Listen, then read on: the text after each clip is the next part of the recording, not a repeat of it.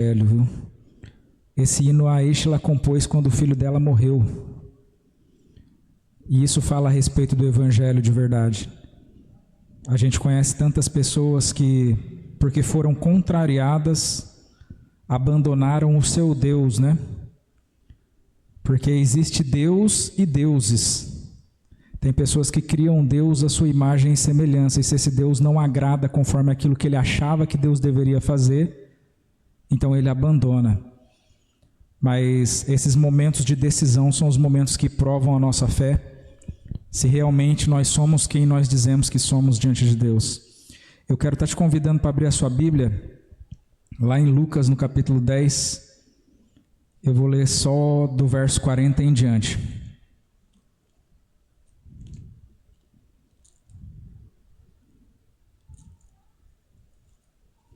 Lucas 10, se você quiser colocar na tradução aí, Almeida Revista e Corrigida, fala assim, verso 40.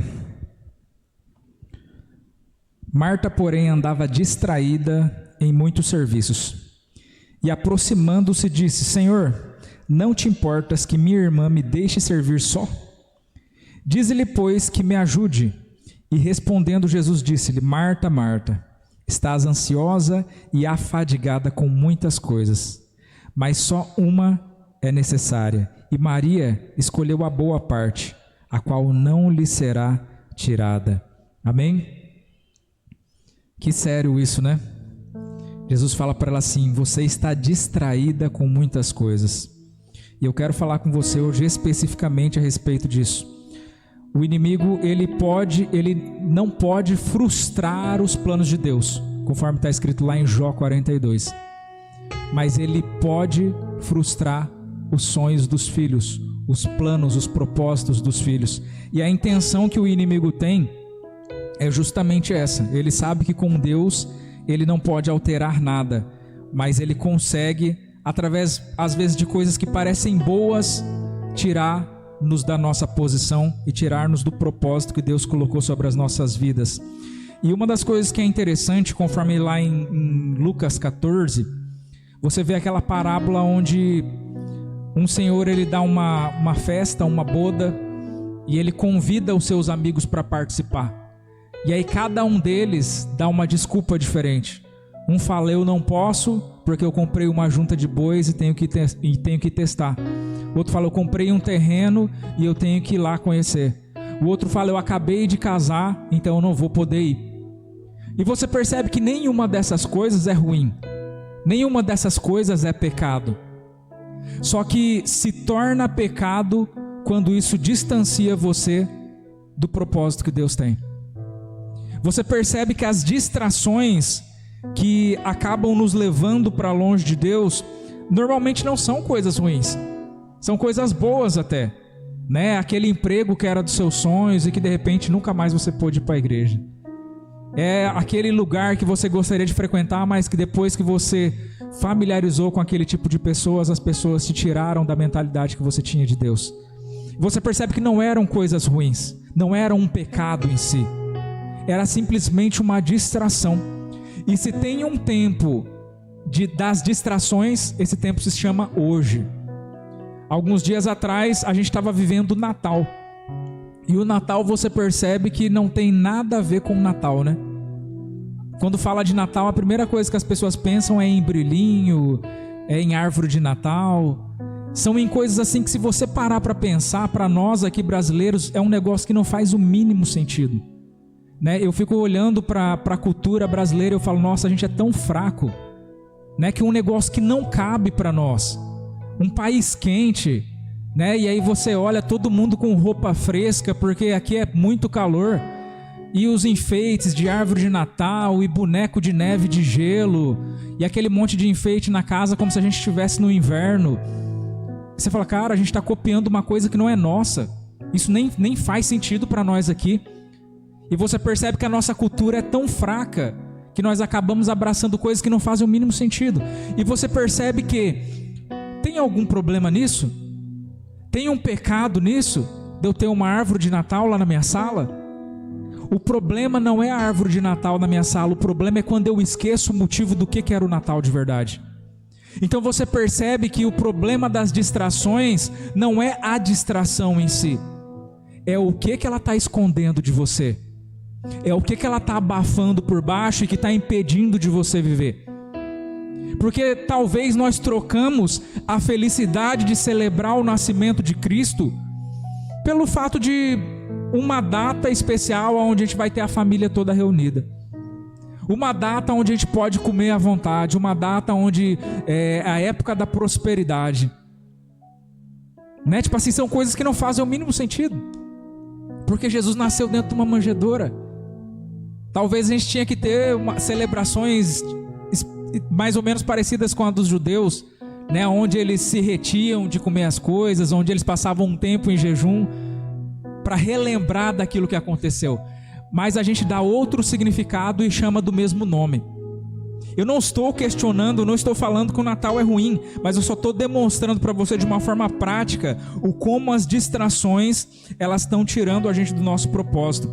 Eu ainda quero te levar lá para 2 Samuel, numa passagem que é muito conhecida, então eu vou ler só os primeiros versos. 1 Samuel no capítulo 11. Perceba, fala assim no verso 1. E aconteceu que, tendo decorrido um ano, no tempo em que os reis saem para a guerra, enviou Davi a Joabe e a seus servos com ele, e a todo Israel, para que destruíssem os filhos de Amon e cercassem Rabá. Porém, Davi ficou em Jerusalém. E aconteceu, à hora da tarde, que Davi se levantou do seu leito e andava passeando no terraço da casa real. E viu do terraço uma mulher que se estava lavando. E era esta mulher muito formosa à vista. A gente poderia resumir esses dois versos assim: no tempo em que os reis saem para a guerra, Davi se levantou do seu leito à tarde e andava à toa passeando pelo terraço quando ele viu que não era para ele ver, na hora que ele estava no lugar onde não era para ele estar. Você percebe que o verso primeiro ele começa falando assim: no ano em que os reis saíam para a guerra. O que o Davi estava fazendo na casa dele? Essa que é a pergunta. E você percebe que essas distrações que nós vivemos, elas normalmente começam com essa história do eu mereço. Ah, eu já fui para a guerra todos os anos anteriores, esse ano eu não vou não. Eu mereço. Não é assim que você sempre chuta o pau da barraca? Você está empenhado na sua dieta, sei lá, naquilo que você está fazendo. E aí quando chega no fim de semana e você fala assim: ah, é só hoje, eu mereço, fiz certo a semana inteira. Você percebe que toda distração, toda vez que você vai chutar o pau da barraca, toda vez que você vai fazer uma besteira, sempre começa com eu mereço. Você pensa lá em Eva, Adão, lá no jardim do Éden, e talvez a serpente chega para eles: nossa, vocês são tão certinhos, né? Vocês sempre agradam a Deus, fazem tudo do jeito que Deus quer. Você não acha que merece fazer uma coisa por você, uma vez na sua vida?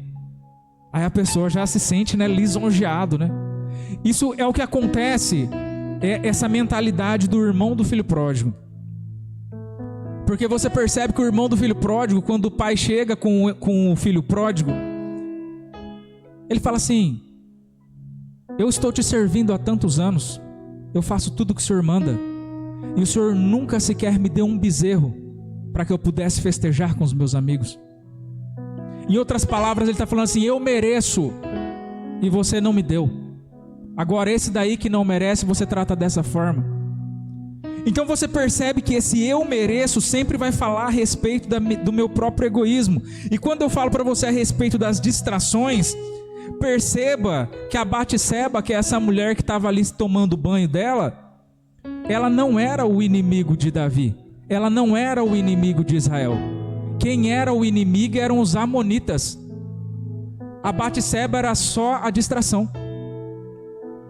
Que história que não fala tanto de distração como a história de Sansão? A história de Sansão fala o tempo todo a respeito da guerra dos filisteus contra o povo de Israel. Então, o inimigo não era a Dalila. O inimigo era os filisteus.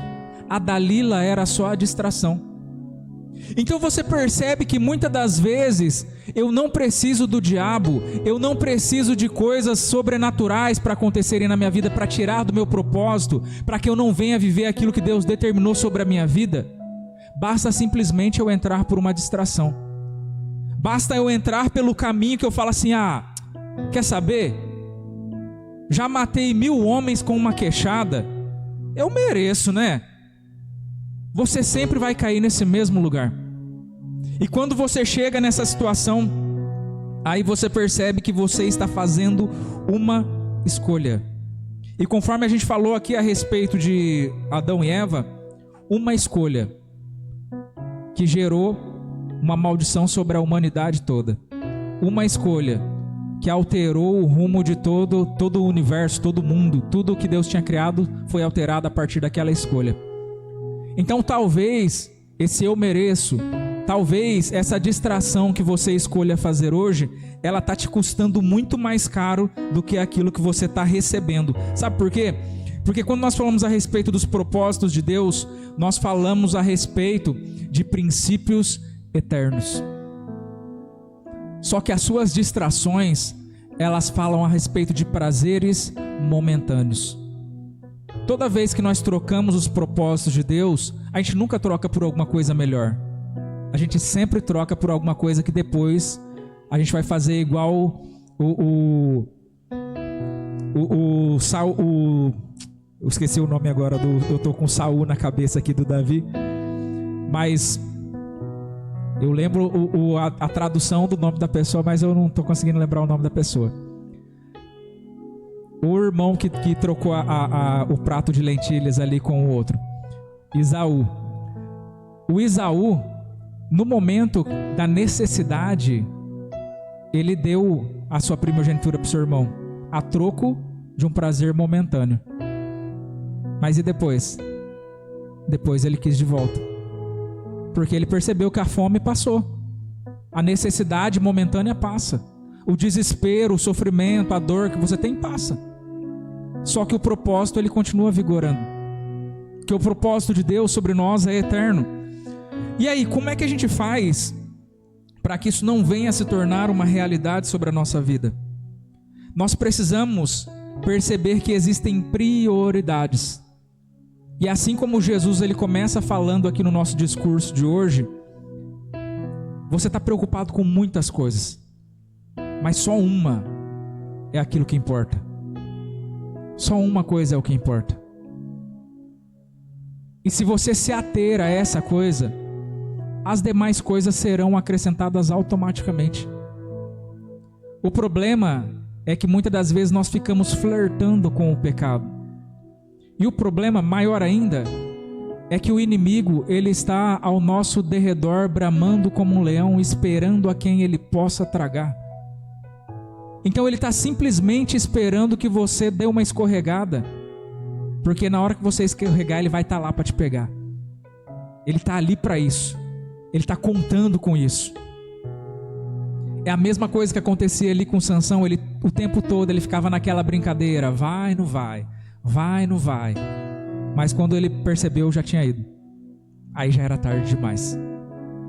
Então nós precisamos entender que nós precisamos priorizar aquilo que Deus tem para nós, e para isso nós precisamos viver uma vida intencional.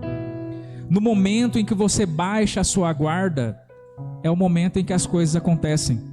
Não quer dizer que você não seja uma pessoa de Deus, é isso que nós precisamos entender. Não cai só as pessoas que são pecadoras. Se a gente olha para a vida de Davi, por exemplo, Davi era homem de Deus? Era, mas mesmo assim ele caiu. Então você percebe que a palavra de Deus diz assim: você que está de pé, vigie para que não caia. Eu não estou pregando para pessoas caídas, eu estou pregando para pessoas que estão em pé. Você que está em pé, vigie para que não caia. Porque todos nós estamos passando pelas mesmas situações. Agora, a questão é o que nós temos priorizado. Eu tenho priorizado flertar com o pecado e brincar com a situação?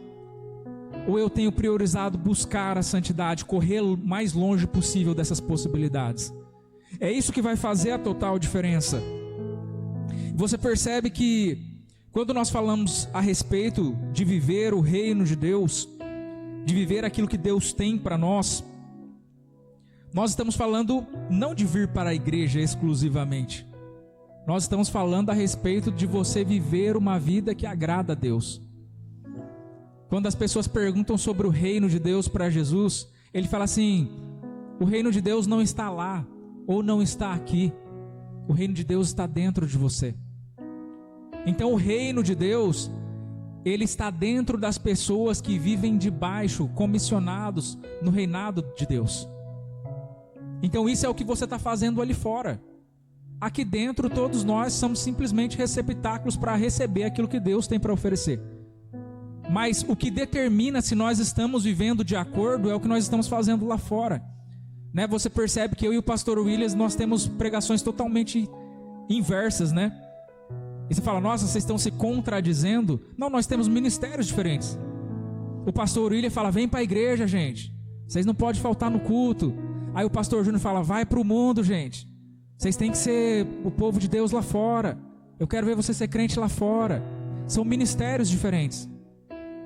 E você percebe que um dos grandes problemas que a gente tem hoje, principalmente nesse mundo cristão, é que as pessoas se apegaram demais com isso daqui.